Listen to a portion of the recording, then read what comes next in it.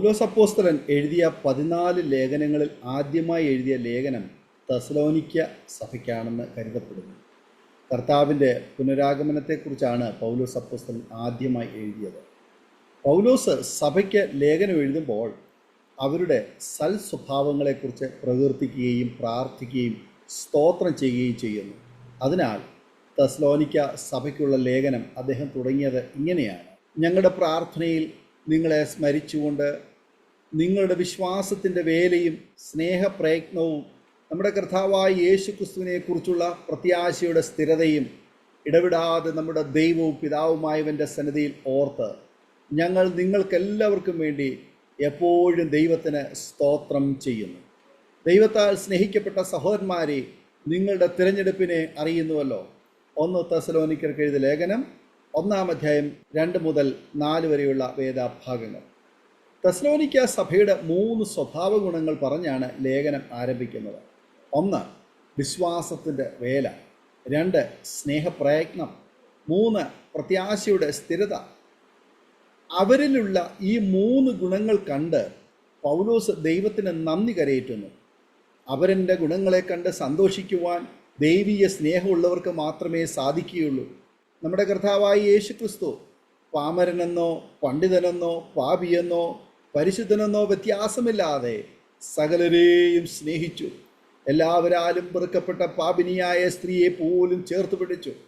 ആ സ്നേഹമാണ് പൗലോസിൽ വ്യാപരിച്ചത്. അതുകൊണ്ട് മറ്റുള്ളവരിലെ കൃപകൾ കാണുമ്പോൾ പൗലോസിന് സന്തോഷിക്കുവാൻ കഴിഞ്ഞു. തെസ്സലോനിക്യ സഭയിൽ ദൈവത്തിലുള്ള വിശ്വാസം മാത്രമല്ല, അവരിൽ വിശ്വാസത്തിൻ്റെ പ്രവൃത്തി വെളിപ്പെട്ടു.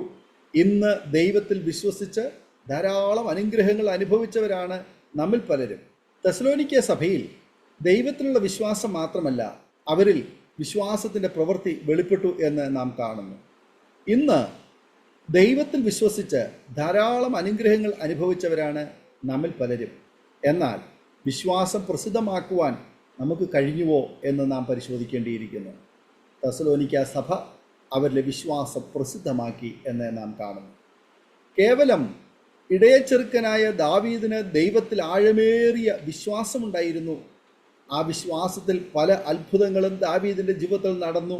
ഫിലിസ്ത്യ മല്ലനായ ഗോലിയാത്ത് ദൈവത്തിൻ്റെ ജനമായ ഇസ്രായേലിനെ വെല്ലുവിളിച്ചപ്പോൾ ദാവീദിന് സഹിക്കുവാൻ കഴിഞ്ഞില്ല. അതിനാൽ ദാവീദ് ഇങ്ങനെ വിളിച്ചു പറഞ്ഞു: യഹോവ ഇന്ന് നിന്നെ എൻ്റെ കയ്യിൽ ഏൽപ്പിക്കും. ഞാൻ നിന്നെ കൊന്ന് നിന്റെ തല ഛേദിച്ചു കളയും. അത്രയുമല്ല, ഞാൻ ഇന്ന് ഫെലിസ്ത്യ സൈന്യങ്ങളുടെ ശവങ്ങളെ ആകാശത്തിലെ പക്ഷികൾക്കും ഭൂമിയിലെ മൃഗങ്ങൾക്കും ഇരയാക്കും. ഇസ്രായേൽ ഒരു ദൈവം ഉണ്ടെന്ന് സർവ്വസഭയും അറിയും. 1 ശമൂവേൽ 17-ാം അധ്യായം 46-ാമത് വചനം. ഇസ്രായേല്യരുടെ ദൈവത്തിൻ്റെ നാമത്തിലാണ് ദാവീദ് കടന്നു വരുന്നത്. ഗോലിയാത്തിൻ്റെ ശക്തി വെച്ച് നോക്കുമ്പോൾ ദാവീദ് കേവലം ഒരു ബാലൻ മാത്രമാണ് അവൻ്റെ മുൻപിൽ. എന്നാൽ ദാവീദിന് ഒരു കാര്യം വ്യക്തമാണ്: താൻ വിശ്വസിക്കുന്ന ദൈവം തൻ്റെ കുഞ്ഞാടുകളെ കൊല്ലുവാൻ വന്ന സിംഹങ്ങളെയും കരടിയെയും കീറിക്കളയുവാൻ ബലം നൽകിയവനാണ്. ആ വിശ്വാസം അവൻ ആപൽഘട്ടത്തിൽ പ്രസിദ്ധമാക്കി. ദാവീദ് പറഞ്ഞു, ഇസ്രായേലിൽ ഒരു ദൈവമുണ്ടെന്ന് എല്ലാവരും അറിയും. ആ വിശ്വാസം കൊണ്ട് ഗോലിയാത്തിനെ വെറും 5 കല്ലുകൊണ്ട് മലർത്തി വീഴ്ത്തുവാനും അവനെ വധിക്കുവാനും ദാവീദിന് സാധ്യമായി. മോശ ഫറവോൻ്റെ രാജകൊട്ടാരത്തിൽ വളർന്നവനാണെന്ന് നമുക്കെല്ലാവർക്കും അറിയാം. അടുത്ത രാജാവാകുവാനും രാജകൊട്ടാരത്തിലെ സകല നിക്ഷേപങ്ങൾക്കും അവകാശിയാകേണ്ടിയവനും ആയിരുന്നു. എന്നാൽ ദൈവത്തിൻ്റെ കൂടെ വസിക്കുന്നത് മിസ്രൈമിലെ നിക്ഷേപങ്ങളെക്കാൾ ശ്രേഷ്ഠമെന്നെണ്ണി അവയെല്ലാം വെടിഞ്ഞ് തൻ്റെ വിശ്വാസം പ്രസിദ്ധമാക്കുവാൻ ഇടയായി തീർന്നു. നാം അനുഭവിച്ചറിഞ്ഞ വിശ്വാസത്തെ മൂടി വയ്ക്കുവാൻ പാടില്ല, അത് പ്രസിദ്ധമാക്കണം. ആത്മീയ ജീവിതത്തിന് അനുകൂലമല്ലാത്തവയെ വിട്ടുപിരിയുക എന്നതാണ് വിശ്വാസത്തിൻ്റെ പ്രവൃത്തി. അബ്രഹാം ദൈവവിളി ഉണ്ടായപ്പോൾ വിഗ്രഹങ്ങളെ വിട്ടുപിരിഞ്ഞ് ദൈവം കാണിപ്പാനിരിക്കുന്ന ദേശത്തേക്ക് വിശ്വാസത്താൽ ഇറങ്ങിപ്പുറപ്പെട്ടവനാണ് അബ്രഹാം. യഹോവയുടെ പക്ഷത്ത് നിൽക്കുന്നവർ മാറി നിൽക്കട്ടെ എന്ന് പറഞ്ഞപ്പോൾ കോരഹ് പുത്രന്മാർ മാറി നിന്ന് അവരുടെ വിശ്വാസം പ്രസിദ്ധമാക്കുവാൻ ഇടയായി തീർന്നു.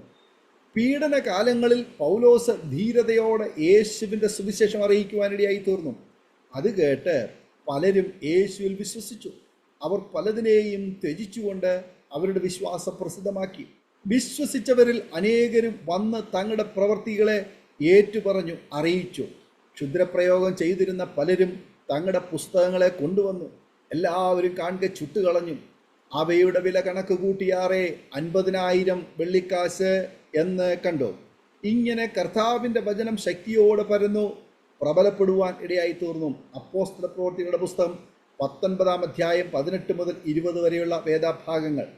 ഇങ്ങനെ തങ്ങളുടെ പ്രവൃത്തികൾ കൊണ്ട് വിശ്വാസം വെളിപ്പെടുത്തിയ പലരെയും സത്യവേദ പുസ്തകത്തിൽ നാം കാണുന്നു.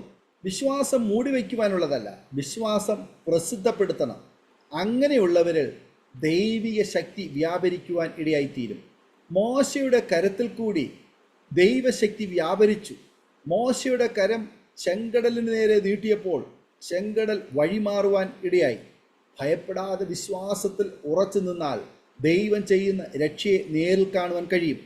പ്രതികൂല സാഹചര്യങ്ങൾ ഏതുമാകട്ടെ, വിശ്വാസത്തിൽ ഉറച്ചു നിന്നാൽ ദൈവമഹത്വം നാം ദർശിക്കുക തന്നെ ചെയ്യും. ഭയപ്പെടേണ്ട, ഉറച്ചു നിൽപ്പീൻ. യഹോവ ഇന്ന് നിങ്ങൾക്ക് ചെയ്യുവാനിരിക്കുന്ന രക്ഷ കണ്ടുകൊള്ളുവീൻ.